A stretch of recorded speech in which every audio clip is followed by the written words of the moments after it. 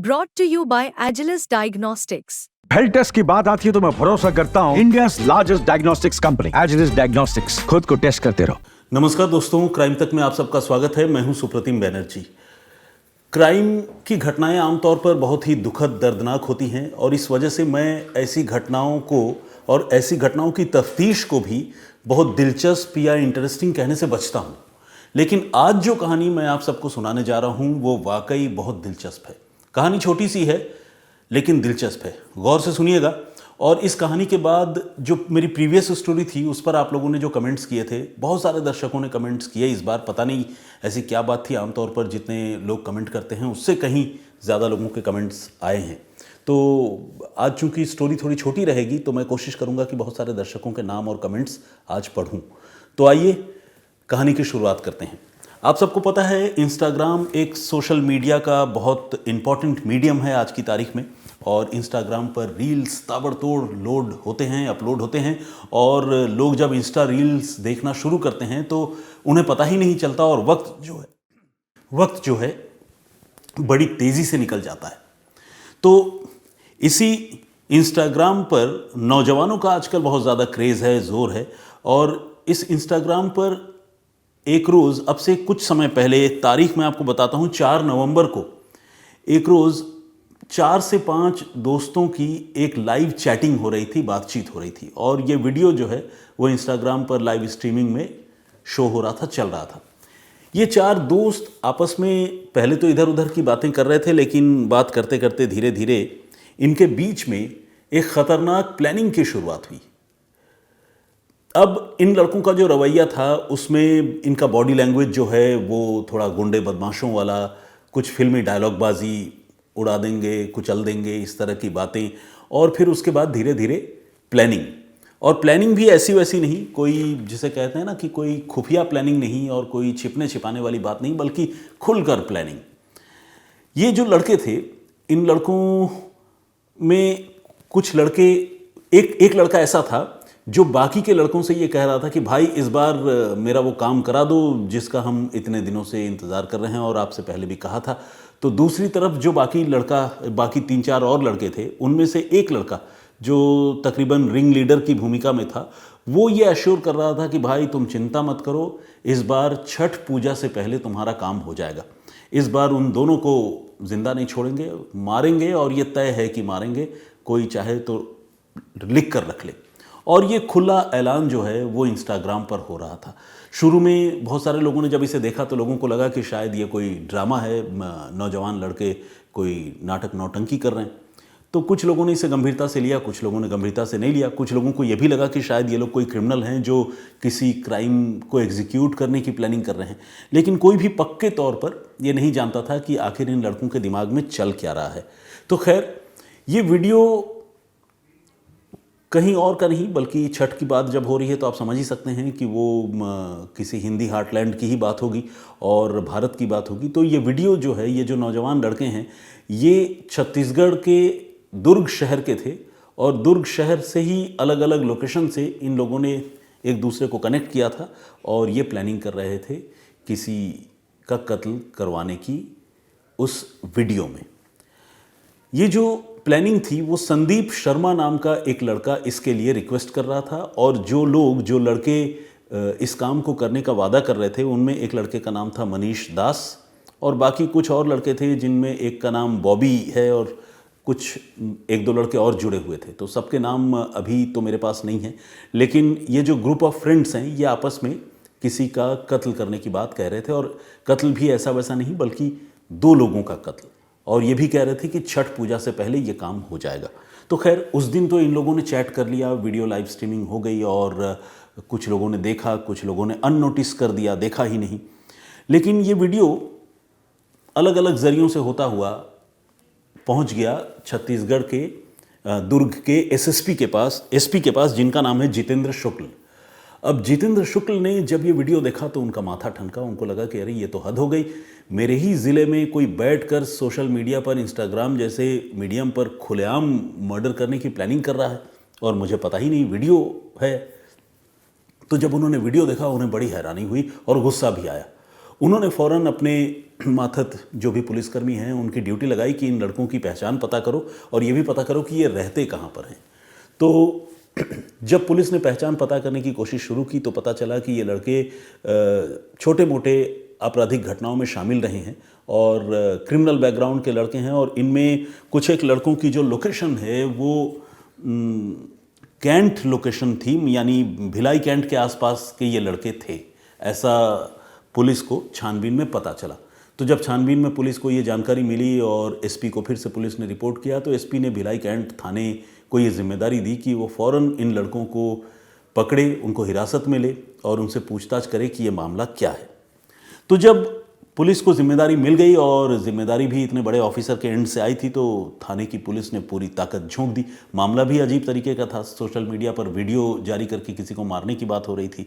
तो पुलिस ने एक जगह है खुर्सीपार, उस खुर्सीपार में शिवाजी नगर है, शिवाजी नगर चंद्रमा चौक से सबसे पहले एक लड़के को पकड़ा जिसका नाम है बॉबी सिंह। और जब बॉबी सिंह से पूछताछ हुई और उससे कहा कि इस वीडियो में तुम दिख रहे हो, तुम किसी को मारने की बात कह रहे थे, तो उसने कहा कि हाँ, हमारे किसी दोस्त के साथ कुछ धोखा हुआ और इसीलिए हम ये प्लानिंग कर रहे थे। लेकिन पूरी कहानी अभी खुलकर सामने नहीं आई थी। लेकिन बॉबी सिंह की निशानदेही पर, उसके बताने पर पुलिस ने अब एक एक करके 4 से 5 और लड़कों को पकड़ा। इनमें दुर्ग के ही शिव वाटिका के रहने वाले संदीप दास नाम के एक लड़के को पकड़ा गया और फिर बीएसपी कॉलोनी से उस लड़के को पकड़ा गया जो इन सारे लड़कों का सबसे बड़ा रिंग लीडर जो है वो वीडियो में अपने आप को शो कर रहा था, जिसका नाम है मनीष दास, उसे भी पकड़ा गया। और फिर जब इन लड़कों से पूछताछ हुई तो एक बड़ी ही शॉकिंग, एक बड़ी ही अजीब सी कहानी सामने आई। पता ये चला कि ये जो संदीप शर्मा नाम का लड़का है, इसकी अब से कुछ समय पहले शादी हुई थी, लेकिन जिस लड़की से शादी हुई उस लड़की ने संदीप को धोखा दे दिया, या आप ये समझ लीजिए कि शादी के बाद भी वो रिलेशनशिप कंटिन्यू नहीं हो सका, दोनों के बीच में ब्रेकअप हो गया।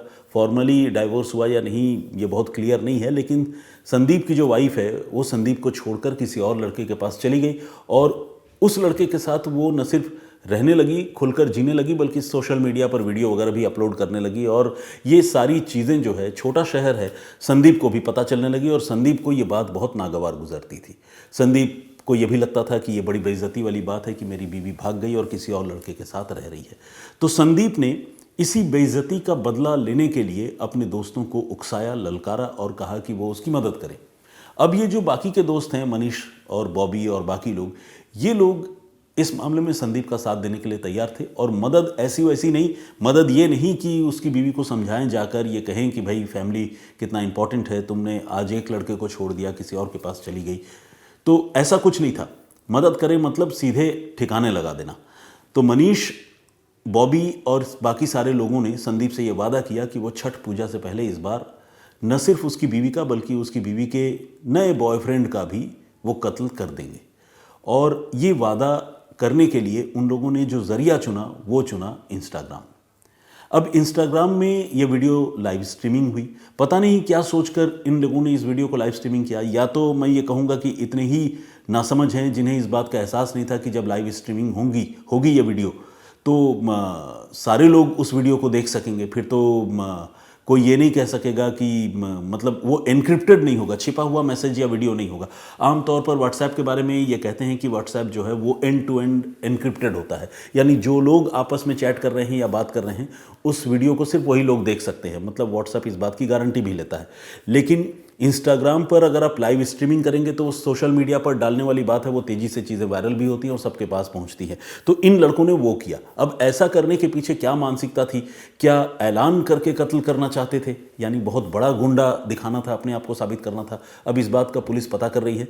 या फिर ये इतने बेवकूफ़ थे कि इन्हें समझ में नहीं आया कि इंस्टाग्राम पर वीडियो लाइव करने से वो वीडियो पुलिस तक भी पहुंच सकता है और पुलिस उसी वीडियो के आधार पर उन्हें गिरफ्तार कर सकती है। तो बहरहाल जो भी थे, नासमझ थे, बेवकूफ़ थे या ज़रूरत से ज़्यादा चालाक थे, ये तो पुलिस इनसे पूछताछ करके पता लगाएगी। लेकिन फिलहाल पुलिस ने इन सारे के सारे लड़कों को धर दबोचा है और इनको पकड़ने के साथ ही दोहरे कत्ल की एक खौफनाक साजिश का खुलासा हो गया है। और इस कहानी को मैं इसलिए दिलचस्प कह रहा हूँ क्योंकि इस मामले का जो एंड है, जो अंत है, वो बहुत दर्दनाक हो सकता था। 2 लोगों की जान जा सकती थी।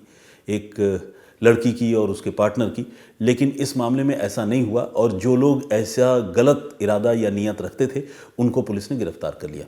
और मध्य प्रदेश और छत्तीसगढ़ की पुलिस के काम करने का एक बड़ा ही नायाब तरीका है। इसको कुछ लोग जो है अप्रिशिएट भी कर सकते हैं, ये कहते हुए कि पुलिस बहुत सख्त है और जो समाज कंटक किस्म के लोग हैं उनसे बहुत सख्ती से निपटती है। और कुछ लोग ये भी कह सकते हैं कि पुलिस कानून हाथ में लेकर बहुत मारपीट करती है, थर्ड डिग्री का इस्तेमाल करती है, इसलिए जो अपराधी हैं वो हर वो बात कहने कबूलने के लिए तैयार हो जाते हैं जो उनसे पुलिस कहलवाना चाहती है। तो इनका बाकायदा पुलिस ने, छत्तीसगढ़ की दुर्ग पुलिस ने जुलूस निकलवाया जिसमें ये लड़के ये कहते हुए सुने जा रहे थे कि अपराध करना पाप है और पुलिस हमारी बाप है।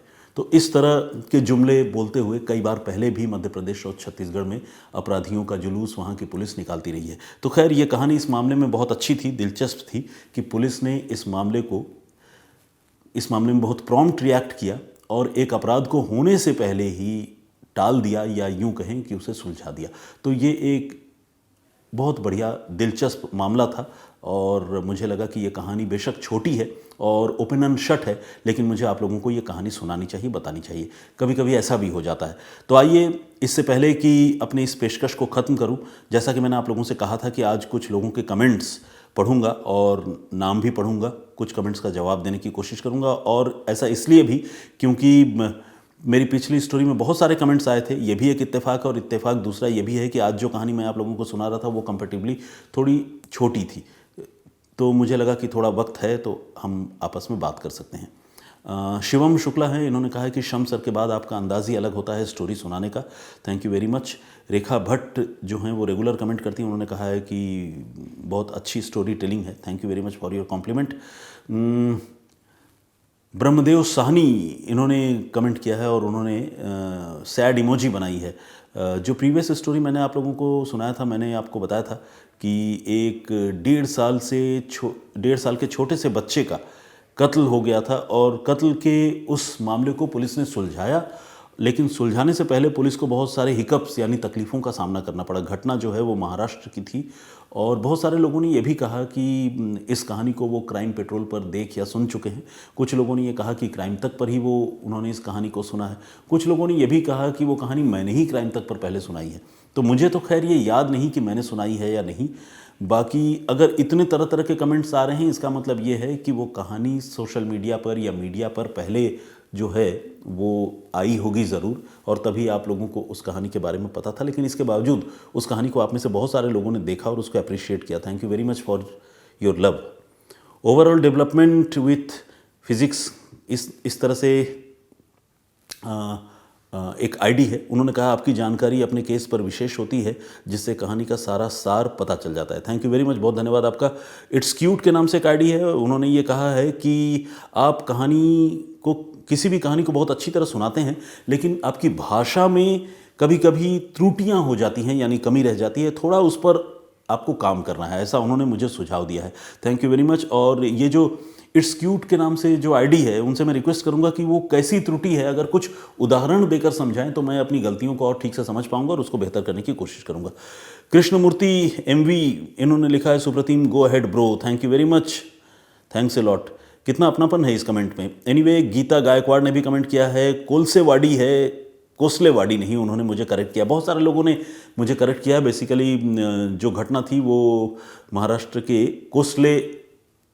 कोलसेवाड़ी की थी और मैंने कोसलेवाड़ी कहा था।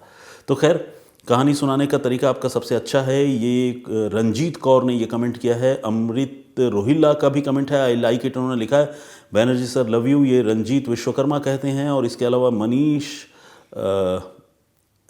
इन्होंने कहानी के बारे में स्पेसिफिक कमेंट किया है। हमारे एक दर्शक हैं, इनका नाम है शाहिद ओ बेरा, तो इन्होंने और भी कमेंट्स किए हैं, thank you very much. Gauri Tiwari ने कहा है कि क्राइम पेट्रोल में ये स्टोरी उन्होंने पहले देखा था।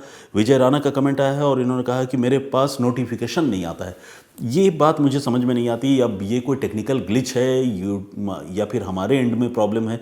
आप क्राइम तक को सब्सक्राइब कीजिए और नोटिफिकेशन के बटन पर जाइए और सारे नोटिफिकेशन के लिए जो बेल आइकन होता है उसको दबा दीजिए। उससे क्या होगा कि क्राइम तक पर जितनी भी स्टोरीज़ अपलोड होगी आपको उसका नोटिफिकेशन मिलता रहेगा।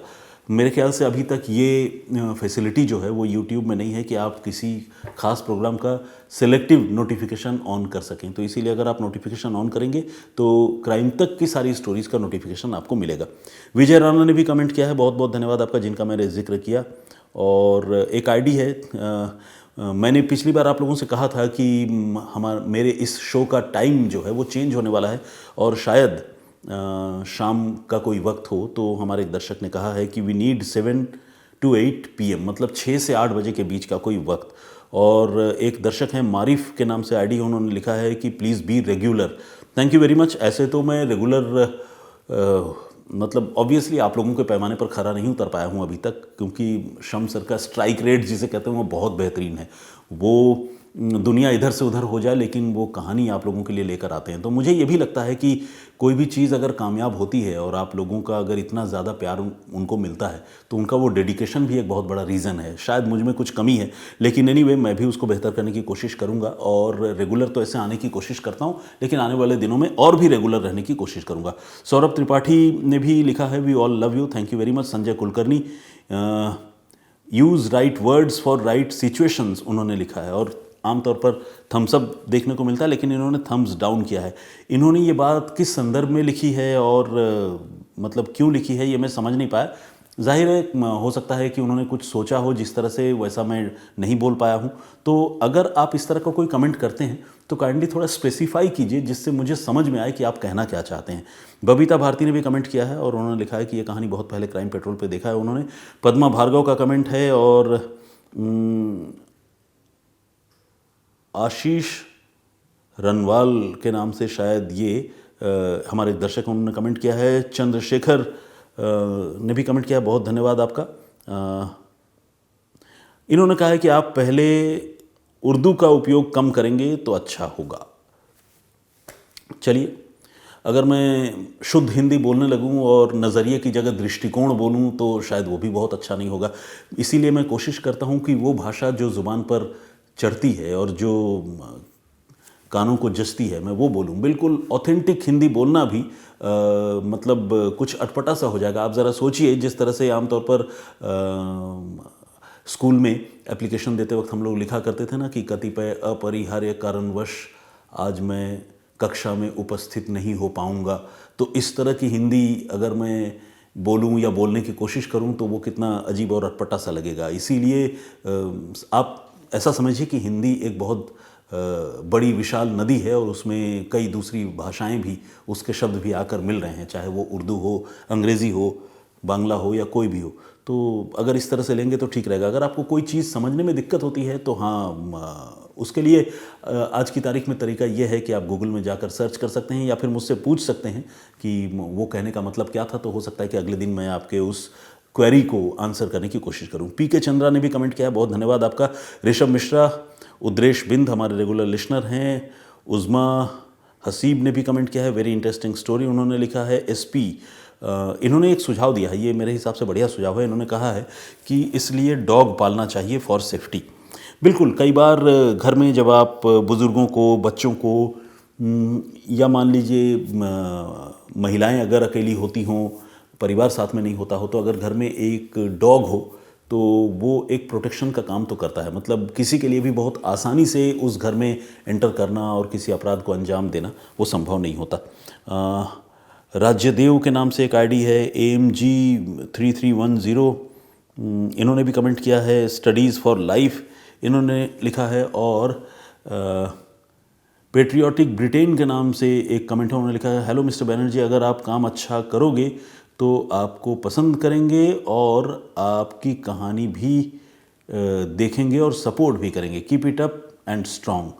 चलिए, इन्होंने बहुत हौसला अफजाई की है, thank you very much. Jasbir Singh ने भी कमेंट किया है और Mohammad Mastan from Ireland Dublin से इन्होंने कमेंट किया है और इन्होंने लिखा है, this is first time I am watching you.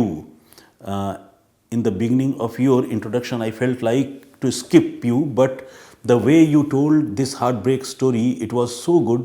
Keep it up sir, आगे आप और अच्छा करोगे इंशाल्लाह। Thank you very much Mastan साहब, बहुत धन्यवाद आपका। याहिया ने कमेंट किया है, ये स्टोरी बहुत पहले क्राइम पेट्रोल में देख चुका हूँ। ब्रिजराज सिंह, शशांक पांडे, रामचंद्र समथिंग आगे सरनेम है, मैं पढ़ नहीं पा रहा हूँ, एक साथ वो जुड़ा हुआ है सरनेम और नाम। रंजीत सिंह ने भी कमेंट किया है और इसके अलावा सुभाष प्रसाद का कमेंट है। रंजीत जी ने ये पूछा है कि लोकेंद्र सर कहाँ हैं। लोकेंद्र सर पहले हमारे साथ आज तक में होते थे क्राइम टीम में, क्राइम तक में, लेकिन अभी वो कहीं और हैं, मतलब किसी और ऑर्गेनाइजेशन के साथ जुड़े हुए हैं, काम करते हैं। बाकी हमारे संपर्क में हैं क्योंकि हमारे मित्र हैं और क्राइम तक का दफ्तर जो है वो नोएडा में है, तो लोकेंद्र जी भी नोएडा में ही रहते हैं और नोएडा में ही उनसे बीच बीच में हमारी मुलाकात या बातचीत होती है। तो खैर, इसके अलावा सहेली सेनगुप्ता ने भी कमेंट किया है, बहुत धन्यवाद आपका। और सुभाष प्रसाद का भी कमेंट है और भी मतलब हंड्रेड्स ऑफ पीपल, बहुत सारे लोगों ने कमेंट किया है, सबका मैं धन्यवाद करता हूँ और मैं फिर हाजिर होऊंगा। फिलहाल मुझे इजाज़त दीजिए, अपना बहुत ख्याल रखिए, सुरक्षित रहिए। जय हिंद, जय भारत।